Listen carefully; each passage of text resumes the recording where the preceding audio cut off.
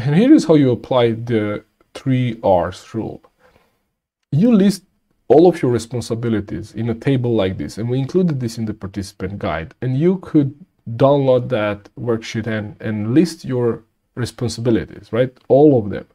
Then you start rating those responsibilities in the column that you see required or requirement, return and reward, and you rate them with the scale that you see here on the screen. So you rate an activity with 3 if it's a high importance.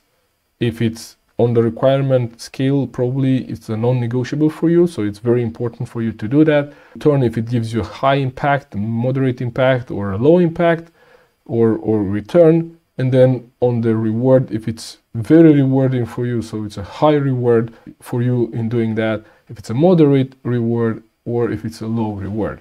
So you list your activities in the second column, and then you rate them. So in this case here, we rated this example of activity. So for example, conducting performance evaluation. This is a 3 on the requirement scale because this is something that only the team leader could do.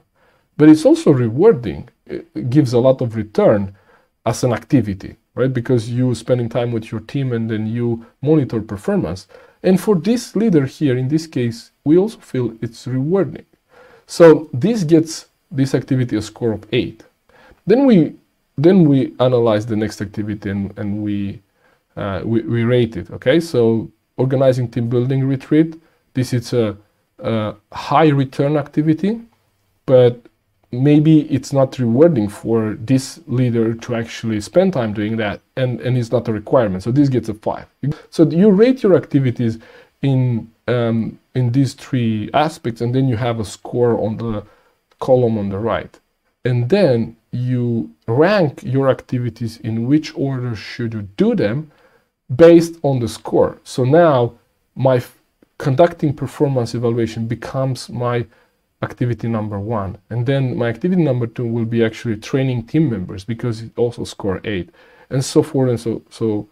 And then the third activity will be mentoring a new team member because it score 7. Here is a code that really resonates with me, and I think it summarizes this very, very well. The reason why most major goals are not achieved is that we spend our time doing second things first. And I truly believe that. That's why applying the 3Rs allow us to see where should we spend our time, what are the first things, and then stay on the first things until they are done, and then we move to the second things.